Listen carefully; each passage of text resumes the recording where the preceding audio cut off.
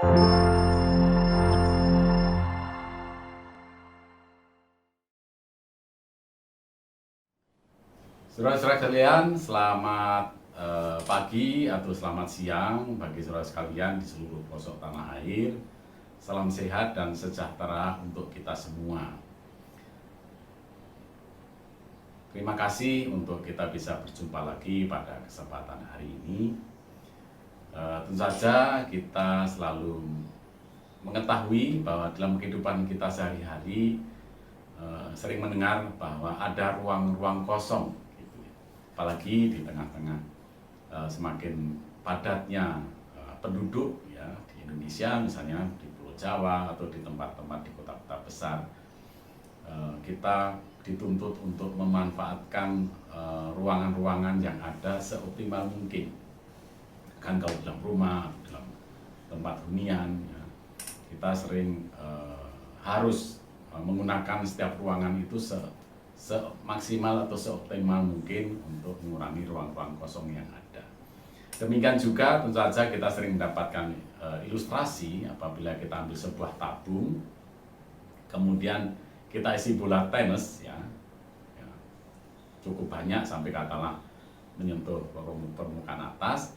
Tapi kalau kita perhatikan, ternyata di antara bola-bola tenis tadi tetap ada ruangan-ruangan kosong, gitu, yang cukup banyak, gitu ya. Artinya walaupun katakanlah bola tenis tadi memenuhi tabung, tetapi sebenarnya ada ruang-ruang kosong di antaranya.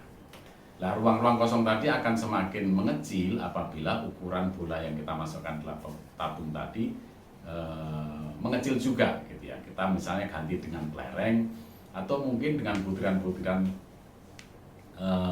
kecil, yang lebih kecil, tentu saja ruang-ruang kosong tadi akan semakin menyempit juga. Nah, ternyata saudara sekalian, tabung tadi baru tidak akan ada ruang kosong lagi apabila diisi dengan air.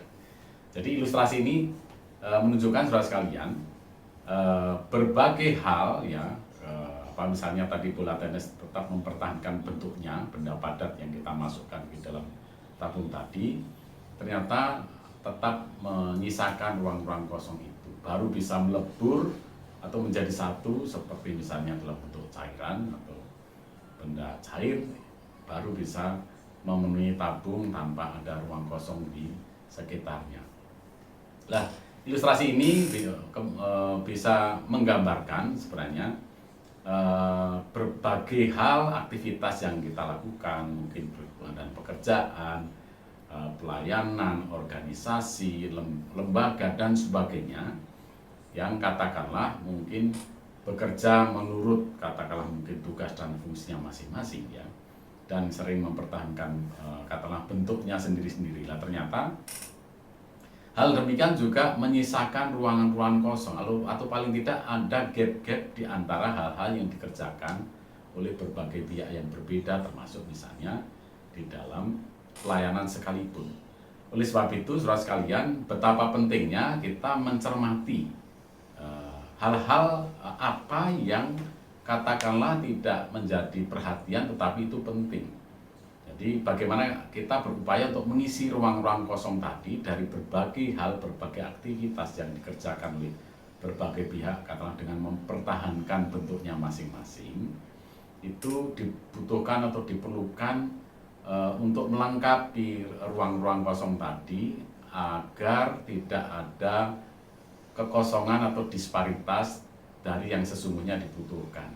Demikian juga misalnya apapun itu, ya, baik di dalam melakukan tugas dan fungsi, gitu ya, dalam pelayanan, ternyata kita perlu memperhatikan ruang-ruang tadi untuk diisi, untuk dilengkapi, agar apa? Agar pembangunan manusia Indonesia seutuhnya itu dapat terlaksana dan dapat mencapai apa yang kita harapkan bersama.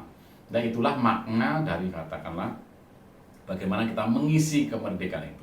Jadi mengisi supaya penuh betul, gitu. Jadi tidak menyisakan ruang-ruang kosong yang menimbulkan mungkin disparitas, bahkan mungkin saling serang, saling menghujat dan sebagainya.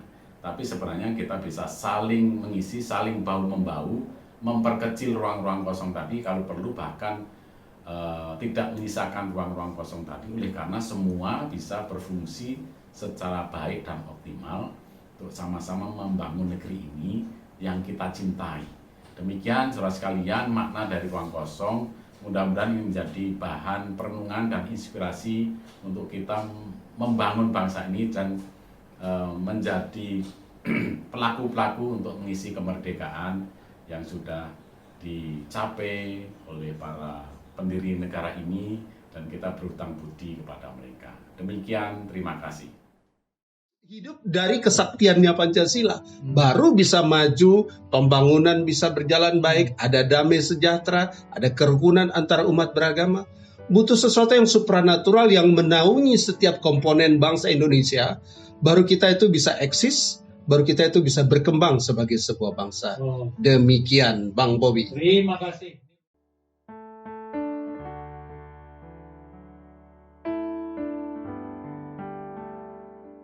Tapi saya akan terus menarik untuk bahas dari sisi atau perspektif hukum nih, Pak Fredrik. Tadi saya tanya tentang amandemen dan Pancasila tidak bisa dirubah tapi hari-hari ini Pak Fredrik, saya lihat ada yang tadi kita dengarkan juga dari Mbak Dini, ada upaya-upaya dari Pak Ignas juga sampaikan bahwa ada upaya-upaya untuk mengganti begitu ya. Bahkan sampai hari ini kata Mbak Dini ada gitu.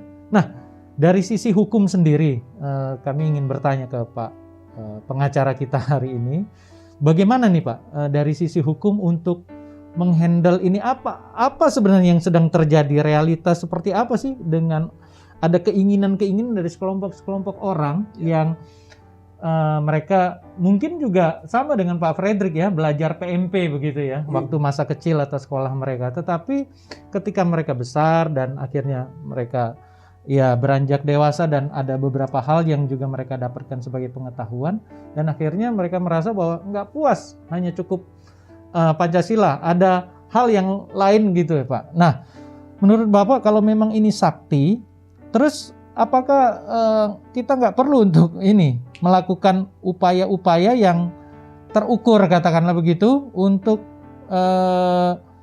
menjaga atau ya menjaga Pancasila ini Pak? Dari sisi hukum gimana nih Pak? Upaya-upaya rongrongan yang terjadi, realita yang kita lihat di sekeliling kita, ini seperti apa pandangan Bapak melihat ini semua? Oke, baik. Sebagai sebuah bangsa tentu ada dinamika yang berkembang dalam kehidupan masyarakat. Ada sekelompok orang yang menjadi bagian dari bangsa ini berpendapat bahwa dasar negara kita seharusnya bukan Pancasila, tetapi doktrin atau prinsip tertentu yang mereka percaya. Bahwa itu ada di negara demokrasi, yaitu ada saja. Itu kan tumbuh begitu saja di dalam kehidupan bermasyarakat di Indonesia. Persoalannya adalah apa model terbaik yang seharusnya dimiliki oleh bangsa dan negara Republik Indonesia dengan segala kemajemukan yang kita punya. Ya. Jadi, sebelum saya masuk kepada tadi upaya terukur, saya perlu sampaikan bahwa kalau sekelompok orang tertentu menginginkan bahwa dasar negara ini dirubah sesuai dengan paham yang mereka anut dan mereka yakin paling benar, maka diversifikasi bangsa Indonesia menurut saya tidak bisa terjaga lagi. Tidak bisa kita diversifikasi. Karena hanya Pancasila yang mampu mengakomodir perbedaan-perbedaan yang majemuk ini. Kalau hanya didasarkan pada keyakinan, doktrin, pemahaman sekelompok orang, maka dasar negara yang baru itu hanya akan berlaku bagi mereka yang secara jumlah juga kecil misalnya. Contoh, kalau kita bicara itu didasarkan pada sebuah ajaran agama. Pertanyaannya, apakah seluruh umat beragama itu sepakat untuk mengambil doktrin itu sebagai dasar negara? Tidak juga. Maka itu akan terjadi sesuatu chaos. terhadap persatuan dan kesatuan bangsa dan negara Republik Indonesia. Nah, bicara tentang upaya. Oleh karena itu, nah, saya ini tergabung dengan sebuah wadah yang bernama Advokat Pengawal Pancasila. Ya, kami membentuk itu, ada hampir 300 advokat di Indonesia tergabung dalam FAPP, Forum Advokat Pengawal Pancasila.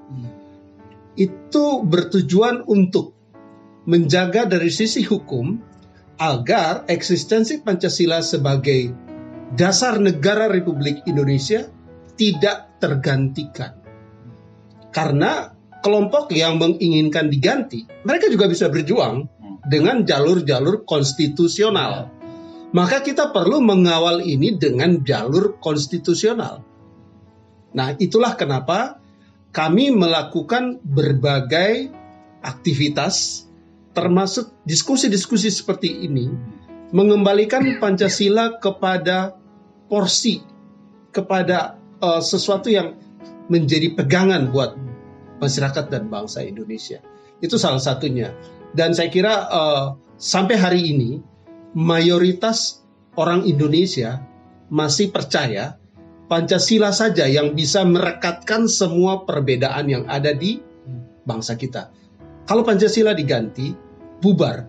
Kalau dasar pendirian negara ini diganti, ya negara ini bubar dulu dan kemudian membentuk sebuah yang baru gitu. Ya, kalau contoh anggaran dasar sebuah perusahaan diganti, ya bubar dulu kan, nanti dibikin yang baru gitu. Nah, harganya terlalu mahal untuk membubarkan dulu dan mendirikan yang baru. Tidak akan ada lagi NKRI dengan segala diversifikasi yang ada seperti sekarang ini. Demikian, Bang. Iya. Tapi by the way ya Budi, kalau kita lihat ya, memang seperti Pak Hadi sampaikan kan memang perlu dikawal juga secara konstitusi untuk menjaga Pancasila. Yes. Saya pikir terjadi pemikiran-pemikiran untuk mengganti Pancasila itu sebenarnya sumbernya sederhana. Sumbernya memang ya gagal memahami Pancasila gitu ya.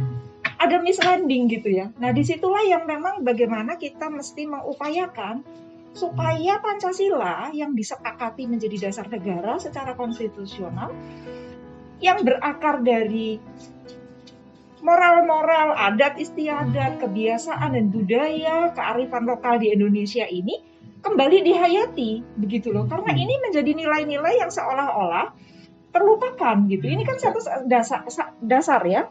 Satu dasar, sementara perjalanan waktu bangsa Indonesia dengan seperti tadi yang Profesor Ignaz sampaikan, ada globalisasi, ada arus teknologi dan lain sebagainya.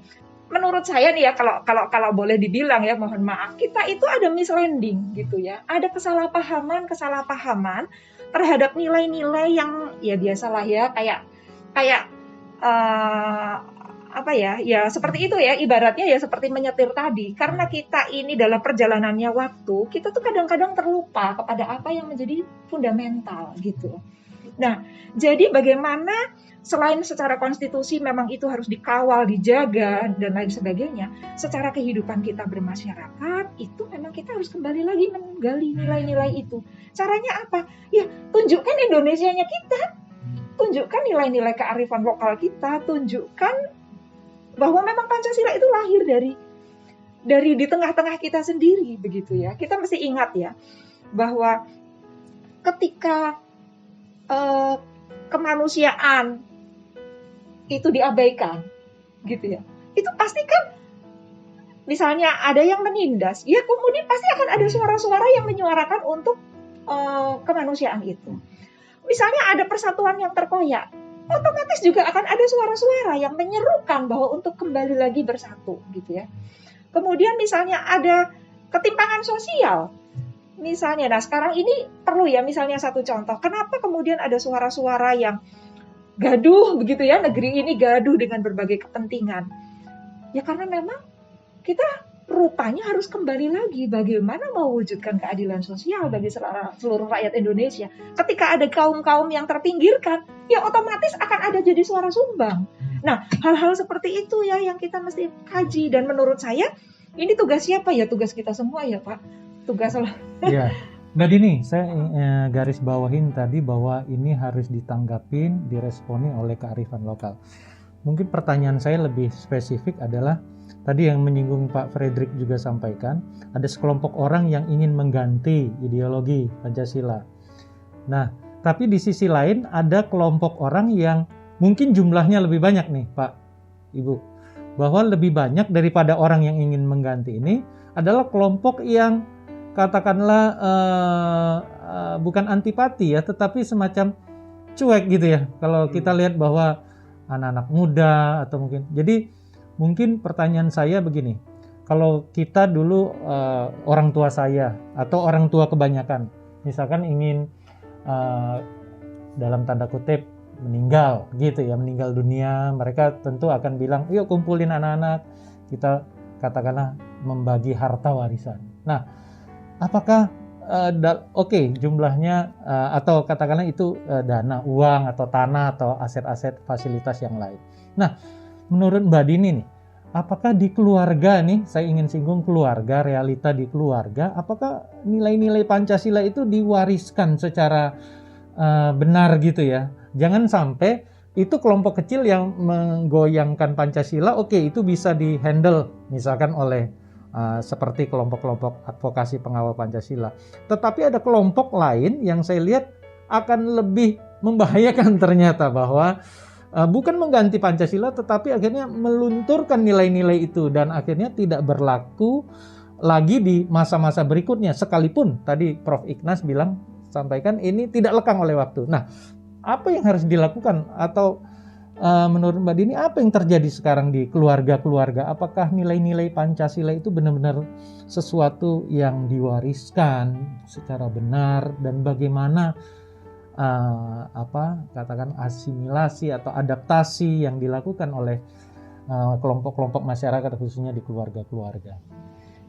Iya. Sebenarnya ibaratnya begini ya, perjalanan kita ini kan kayak ibarat perjalanan sebuah rumah tangga ya. Secara legal itu kan sebuah perkawinan diatur sah secara hukum gitu kan, ada legalitasnya. Tetapi di dalam perjalanannya itu kan keluarga dibangun itu kan menghadapi banyak tantangan gitu ya. Jadi ketika ada hal-hal yang kemudian timbul masalah, itu berarti kan kita mesti kembali kepada dasarnya. Berarti apa yang menjadi masalah itu kan yang harus diselesaikan. Oke. Nah sekarang ini contoh ya,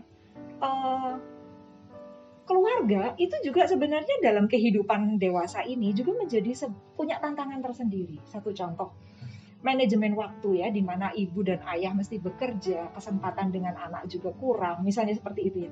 Itu kan kesempatan mentransferkan nilai-nilai itu juga menjadi kurang. Tidak usah nilai-nilai Pancasila ya, nilai-nilai yang lebih pada nuansa keluarga inti juga mengalami tantangan saat ini. Ya, orang tua harus benar-benar spare waktu untuk benar-benar mendidik anak dengan baik. Kemudian pengaruh informasi yang sekarang ini arusnya begitu kencang, ya.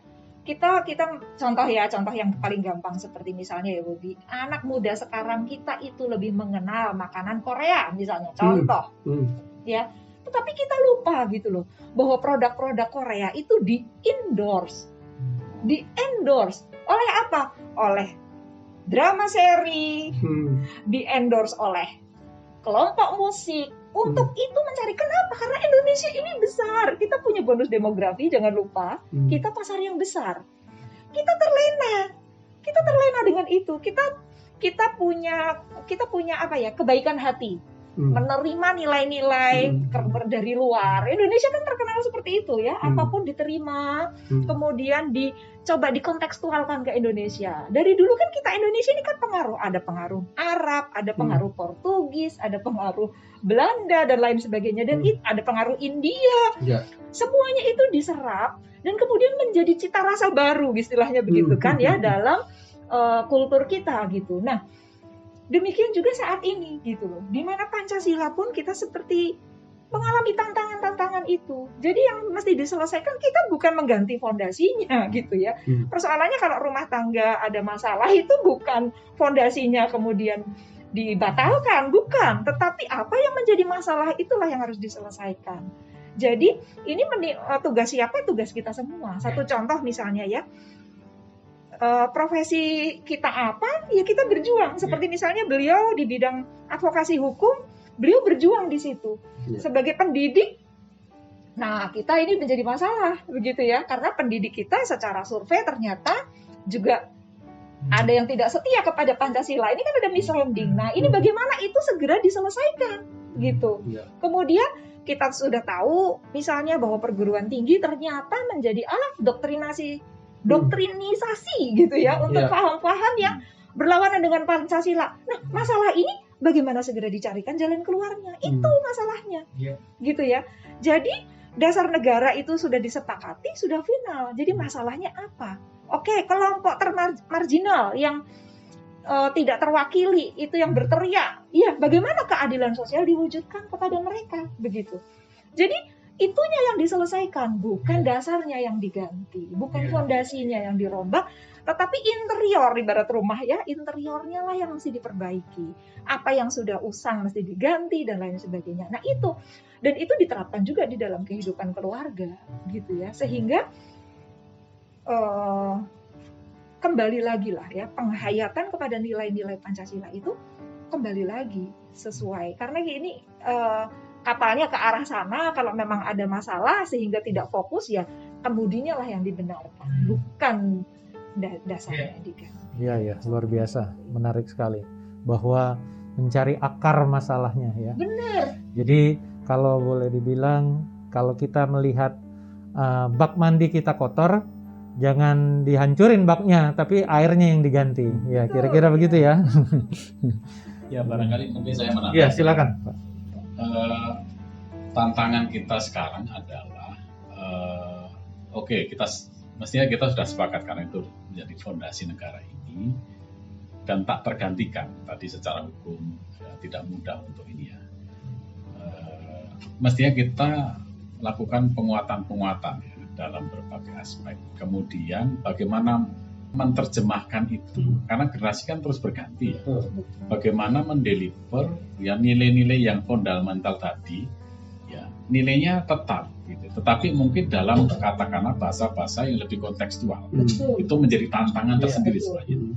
Jadi tantangan ke depan ya, bagaimana memaknai nilai-nilai yang universal yang tak tergantikan tadi, dengan metodenya kan bisa macam-macam ya, untuk misalnya menjelaskan, memaknai, kemudian menghayati ya, katakanlah mungkin kalau dengan generasi sekarang dibandingkan dengan generasi dulu yang sekarang udah begitu terbuka teknologi informasi dan sebagainya. Lah bagaimana memanfaatkan itu? Memanfaatkan semua aspek yang ada sekarang itu, tetapi untuk menjelaskan nilai-nilai yang fundamental tadi yang tidak tergantikan dengan menghayatinya. Itu yang pertama. Jadi bagaimana sekarang memaknai, mengkontekstualisasikan dalam katakanlah bahasa sekarang gitu. Itu kan tantangan. Baik melalui mungkin tadi pendidikan usia dini, kemudian SD, SMP, SMA sampai perguruan tinggi. Apapun namanya, bahkan sekolah-sekolah kejuruan, bahkan mungkin sekolah-sekolah yang berbasiskan agama misalnya gitu ya. Nah itu bagaimana kita harus sama-sama menjelaskan itu dalam konteks yang sekarang misalnya. Ya, itu yang pertama. Semua pihak bertanggung jawab untuk bagaimana nilai-nilai itu diterjemahkan. Ya. Nah, kemudian yang kedua, kita ini terkenal dengan negara semacam apa ya, paternalistik. Ada patron. Jadi contoh itu menjadi penting. Betul. Gitu dalam semua aspek hidup kita. Jadi ya itu katalah nilai yang memang ada di negeri kita. Paternalistik atau patron. Kita membutuhkan contoh-contoh konkret dari semua pihak, apalagi pemimpin. Pemimpin itu menjadi panutan dalam semua aspek. Gitu. Kalau itu jalankan, pemimpin-pemimpin yang memegang peran, katalah melalui berbagai proses lah, ada pilihan langsung atau mungkin perwakilan dan sebagainya, itu menjadi tanggung jawab mereka. Mendaratkan gitulah istilahnya nilai-nilai Pancasila yang sudah final katalah tadi itu diterjemahkan dalam tindakan-tindakan yang dilakukan sebagai seorang pemimpin. Kebijakan-kebijakan yang diambil, kalau tadi misalnya menangani masalah-masalah ketidakadilan atau ada disparitas atau apapun namanya, itu bagaimana itu mengatasi itu dalam konteks sebagai seorang pemimpin, memberi contoh, memberikan solusi, kemudian mengatasi masalah-masalah yang ada, itu yang harus dilakukan. Di samping tadi masalah pendidikan, ya itu karena mau tidak mau pendidikan itu menjadi komponen yang sangat vital karena itu yang akan menentukan generasi berikutnya. Tetapi juga aktor-aktor yang katakanlah sedang ada sekarang itu juga menjadi penting untuk menjadi contoh, membumikan istilah sekarang membumikan Pancasila gitu ya. Itu bisa dilakukan dengan aksi-aksi real dari para pemimpin, mungkin sub pemimpinnya atau bahan-bahan semuanya itu public figure gitu ya. Bagaimana mendaratkan Pancasila itu dalam konteks sekarang misalnya.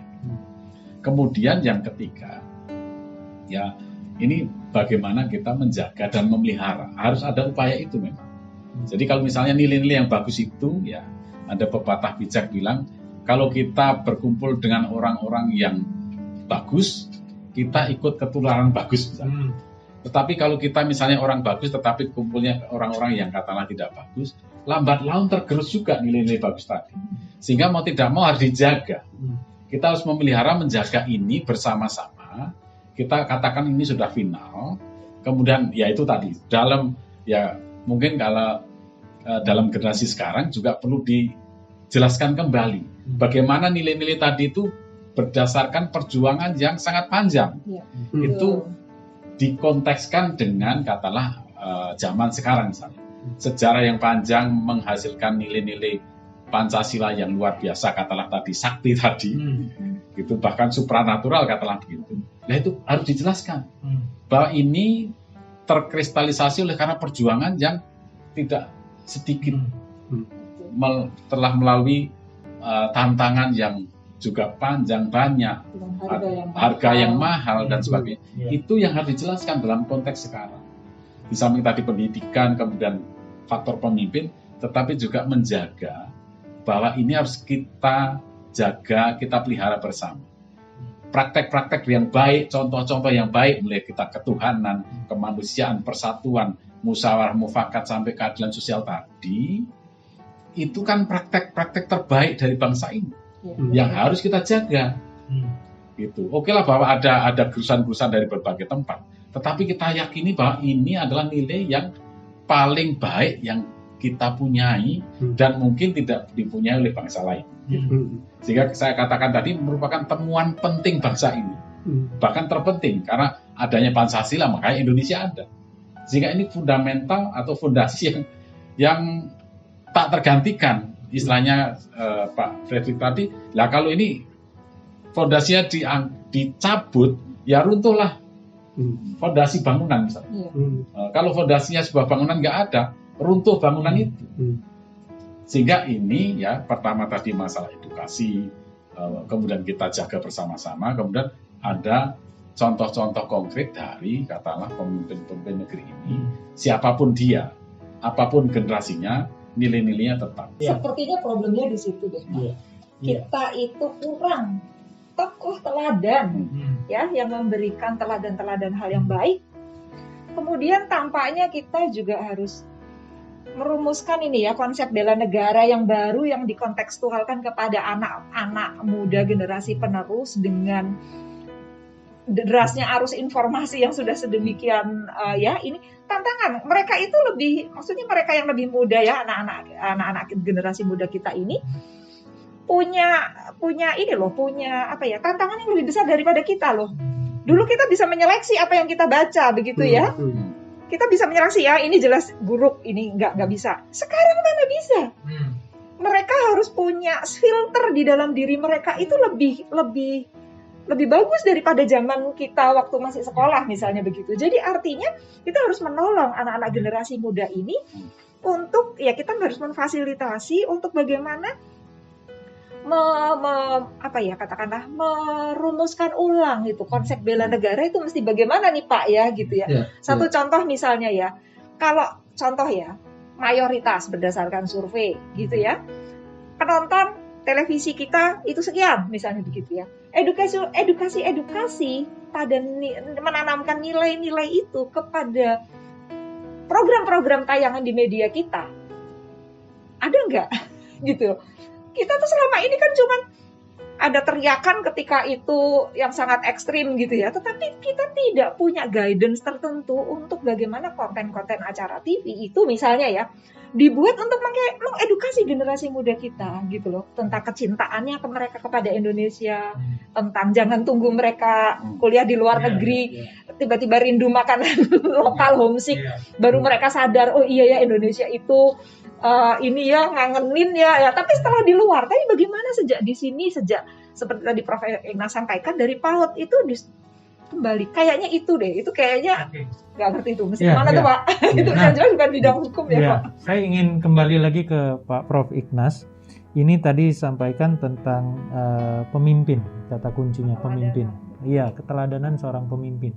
Nah, tadi ada mungkin dari berbagai level, berbagai tingkatan, ada keluarga, mungkin juga ada pemimpin-pemimpin formal yang tadi Pak Ignas juga sebutkan. Nah, ini Bapak ada di dalam dunia katakanlah pemerintahan.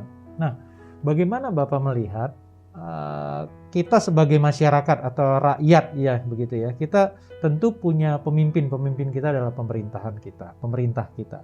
Nah, ketika pemerintah kita melihat bahwa pemimpin baik itu apakah itu pemimpin formal di lingkungan ataupun juga mungkin pemimpin daerah. Nah, ketika mereka katakanlah tadi saya pinjam kata gagal paham dengan atau belum begitu sungguh-sungguh. Nah, bagaimana Pak Prof. Ignas melihat posisi pemerintah dalam hal ini? Apa yang harus dilakukan dan bagaimana mereka bisa tetap menjaga keteladanan atau mewariskan satu legacy yang baik untuk generasi berikutnya? Bagaimana peran pemerintah? Apakah masih ada yang perlu lagi dilakukan, Pak? Dari sekian banyak upaya-upaya yang sudah maksimal tentu. Ya, ini pertanyaan serius nih. Ya. Tapi intinya begini, pemimpin bangsa ini yang sekarang itu kan kalau saya menilai ini estafet dari pemimpin sebelumnya. Ya, kalau kita masih Indonesia ini berdasarkan Pancasila kan tanggung jawab pemimpin adalah mengestafetkan nilai-nilai itu. Ya, jadi ditetapkan sejak 76 tahun yang lalu gitu ya, Pancasila sebagai fondasi dari negara ini. Kemudian itu kita yakini bersama sudah final. Ya, tanggung jawab seorang pemimpin adalah ya siapapun dia ya dalam berbagai level. Ya bagaimana menerjemahkan itu Pancasila sebagai dasar negara yang terdiri atas 5 sila itu yang sebenarnya sudah sangat lengkap gitu ya. Sebenarnya tidak ada lagi yang lebih lengkap daripada itu, tapi tujuan hukum sudah disampaikan gitu ya. Bahkan sepertinya untuk menerjemahkan itu ada kata-kata yang supernatural tadi. Artinya, bagaimana sekarang itu diterjemahkan ke dalam entitas-entitas atau substruktur di dalam kepemerintahan, diterjemahkan di dalam bagaimana menjalankan roda pemerintahan itu secara konsekuen, konsisten, untuk menjamin bahwa kita ini negara yang berketuhanan Yang Maha Esa, dan itu harus dijamin untuk semua pihak. Ya, sesuai dengan itu kan ada turunannya. Dalam undang-undang juga dijelaskan, nanti mungkin pakar hukum akan menjelaskan. Semua warga negara memiliki hak untuk berketuhanan Yang Maha Esa, gitu misalnya. Lah itu harus diterjemahkan sebagai seorang pemimpin. Ya, setiap warga negara, ya istilahnya nanti istilah bahasa hukumnya, mempunyai hak untuk berkeyakinan terhadap Tuhan Yang Maha Esa sesuai dengan agama yang resmi diakui oleh pemerintah. Jadi tidak ada istilahnya disparitas gitu. Ya semuanya punya hak. Misalnya ada hak untuk mendirikan rumah ibadah, kemudian beribadah sesuai dengan keyakinannya tanpa ada gangguan dari manapun siapapun. Itu harus diterjemahkan ke situ. Kemudian yang berikutnya misalnya keadilan sosial bagi seluruh rakyat Indonesia misalnya. itu sila misalnya yang kita ambil tanpa yang tidak urut misalnya. Itu harus diterjemahkan bagaimana semua itu mendapatkan keadilan, kemakmuran, hak yang sama tanpa misalnya membeda-bedakan suku, ras, agama dan sebagainya. Kemudian persatuan, bagaimana kita menjaga persatuan di negara yang begitu diverse gitu, bagi bahasa, etnis, suku dan sebagainya itu, karena kita sudah ada di dalam wadah yang sama, ya ini harus dijaga. Persatuan, kesatuan ini harus betul-betul dijaga, difasilitasi, bahkan ada istilahnya tadi hak bela negara tadi, bagaimana itu diinspirasi oleh nilai-nilai persatuan yang ada dalam Pancasila itu. Kemudian misalnya musyawarah untuk mufakat.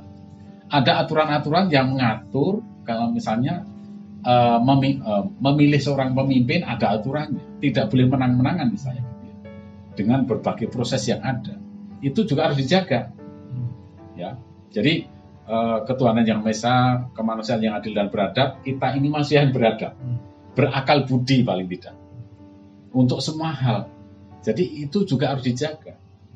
Kemudian persatuan dan seterusnya sampai keadilan sosial tadi, bagaimana sebagai seorang pemimpin, apalagi mungkin yang memerintah sekarang, menjamin itu supaya terlaksana. Katakanlah bukan hanya digembar-gemborkan, tetapi dipraktekkan dalam nilai-nilai kebijakan-kebijakan yang dibuat gitu sebagai seorang pemimpin, apapun levelnya ya. Karena ini kan dasar dari semua masyarakat Indonesia, baik pemimpin maupun rakyatnya, semuanya sama nilai-nilainya, tetapi semuanya menjalankan fungsinya pada level masing-masing, pada otoritas masing-masing, tetapi dasarnya sama. Bukan karena mungkin seorang pemimpin terus tidak mempunyai dasar yang sama, enggak. Dasarnya tetap sama. Mau dia presiden, kemudian gubernur, wali kota, sampai camat, kepala desa, semuanya berdasarkan kepada nilai-nilai luhur yang sama. Beda otoritas dan fungsinya. Tetapi mestinya dengan dasar yang sama tadi, harusnya memudahkan sebenarnya. Tetapi ya itu tadi, kita tidak bisa menutup mata bahwa ya adalah kadang-kadang upaya-upaya untuk deviasi dari semua itu yang harus kita jaga, dan kita bersyukur bahwa kita punya itu, sehingga setelah hukum ada landasannya. Nanti mungkin Pak Fredrik akan menjelaskan, ada landasannya. Kalau kita terjadi deviasi, kita harus merujuk kemana, kan ada. Jadi semuanya harus berdasarkan itu. Mungkin itu Pak. Oke.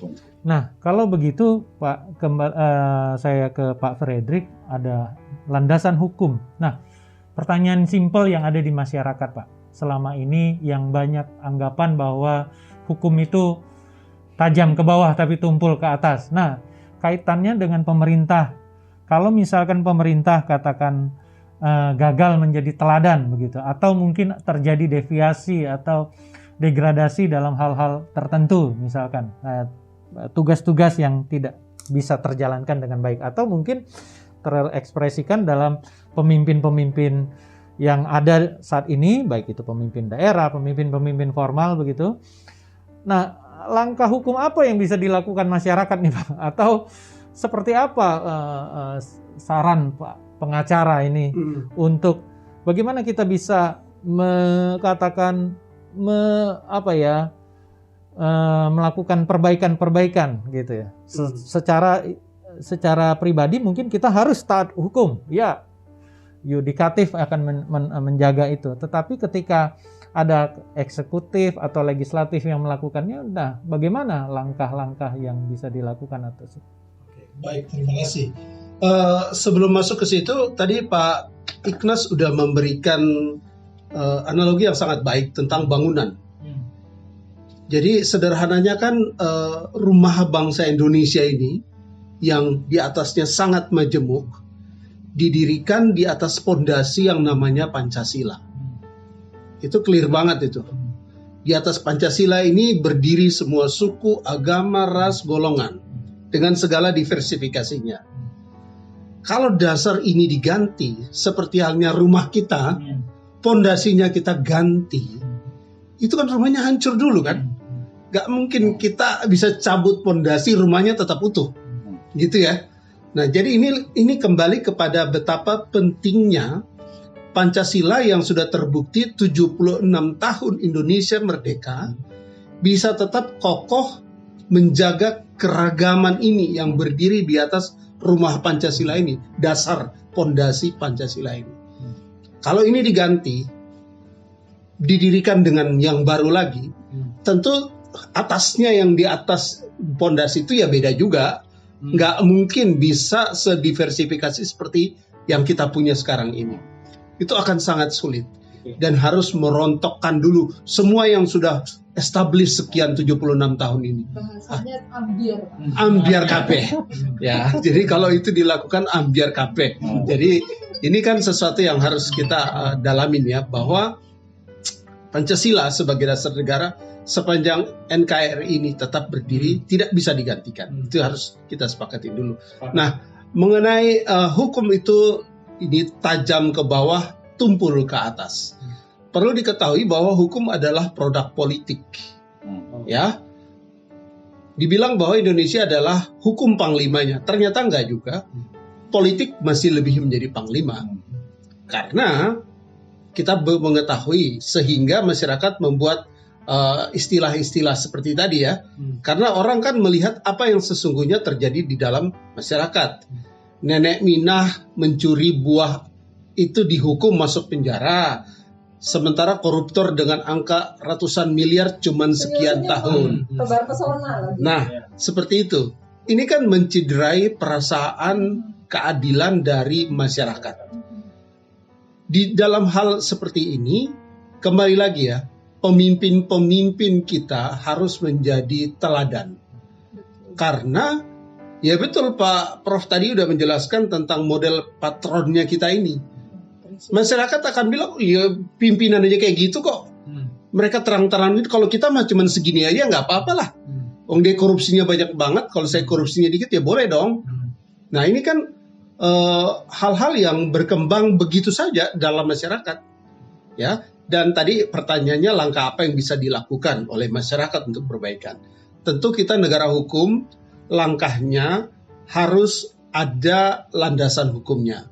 Demonstrasi boleh, minta izin dulu supaya jangan dibubarkan sama polisi kan. Langkah paling konkret, paling gampang dilakukan masyarakat supaya kelihatan power besar ya demonstrasi, tetapi melalui mekanisme untuk boleh berdemonstrasi. Tapi kan langkah-langkah formil pun ada. Kita kan kenal ada yang namanya gugatan kelompok masyarakat, class action lawsuit. Jadi kalau ada hal-hal yang merugikan orang banyak, masyarakat yang menjadi rugi karena perbuatan tertentu atau keadaan tertentu, itu boleh mengajukan katakanlah gugatan perwakilan kelompok atau class action.